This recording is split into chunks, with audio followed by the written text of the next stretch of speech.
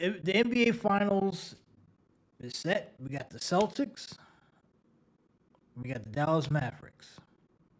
Now, there's a lot of talk. Oh, Boston had this easy run to the finals, the easiest run in the history of the league, and all this blah blah blah blah blah blah. Who cares? Who cares? We're here now. The finals is here. The Mavericks got out the West, right? They traded for Kyrie Irving. Things turned out to be really good. I think many people out there thought that Kyrie was going to disrupt the flow with Luka Doncic. But it turned out those two are clicking. But they're going up against the Boston Celtics. The Celtics, the team that I said was the favorite to win the NBA title. This was the Celtics' title to lose. This was the year that Tatum and Brown needed to get it done. They need to close the deal. They need to bring the title to Boston. This is the year. They went out in the offseason. They made some trades. They got Porzingis. They brought in Drew Holiday, right? They got really good role players. No excuses. They should have been to the finals last year. They should have won the title against the Golden State Warriors. This is it. So this is the best team that Boston's had, and they've had some good teams throughout the Tatum and Brown years. But this is the best team. And yeah, so what if their run to the finals was easy or not? Who cares? The bottom line is coming into the year, they were the best team on paper. So it doesn't matter if the run was easy or hard. They were the best team anyway. This is not some fluke AC Miami Heat making it to the finals going up against Denver. The Boston Celtics from day one was the best team. Now, how often does the best team on paper become the best team in the league throughout the whole season? It happens every once in a while, but this is one of those years where the Boston Celtics came into the year as the best team on paper, and they actually were the best team in the East, and in my opinion, the best team in basketball. Now, I thought it would be Boston-Denver in the finals, potentially, but Denver lost to Minnesota. Whoopee.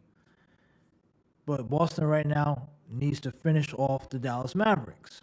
This series should not go past 5 games. It shouldn't. Boston's great offensively. They're great defensively. This series should not. And now look, Dallas is great. Luka and Kyrie are great. They're going to have a heck of a series. But I don't care about that. Boston is the better team. The experience.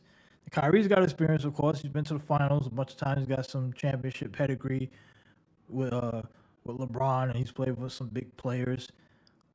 But those role players, how much experience do they have compared to the guys on Boston? Boston has the clear advantage from top to bottom. Yes, the guards are going to have a heck of a challenge, but let's not discount White and Holiday like Luka and Kyrie is going to run through these guys. This might be the best matchup far as like the most resistance that the Dallas guards have had throughout the playoffs. It's not like Dallas has had some runaway easy, some hard run. They went up against young, inexperienced guards throughout most of their playoff run, or guys who have never won jack. Now you're going up against guys with championship pedigree.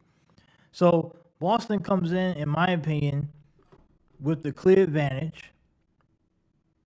How motivated Kyrie is to go against his former team in Boston, that maybe things didn't work out. He got out of there. Maybe he's motivated, maybe he's not. But Boston's motivated too. Boston should prove, hey man, some of those guys played with Kyrie. They understood, hey man, it didn't work out here, whatever you thinking. Maybe you were the problem, maybe you didn't fit well. We're gonna show you, right? Or how about Porzingis? A healthy Porzingis, he may be motivated to play well against his former team, the Dallas Mavericks. So there's a lot of situations, that storylines here, but I think the Dallas Mavericks are the favorites. They're the better team. I mean, not the Dallas Mavericks, excuse me. The Boston Celtics are the favorites. They're the better team, and they're going to win the series. Celtics in 5. Now, I was going off on this,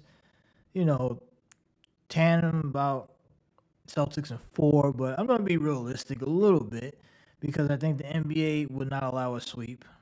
We know the NBA will have some kind of situation where they're like, well, we can't have a sweep. I mean, we already got a large gap between the finals and into that series. Because let's be honest, Dallas probably should have swept Minnesota, but the league is like, well, we can't really have too many sweeps going on here. We got to try to at least spread it out.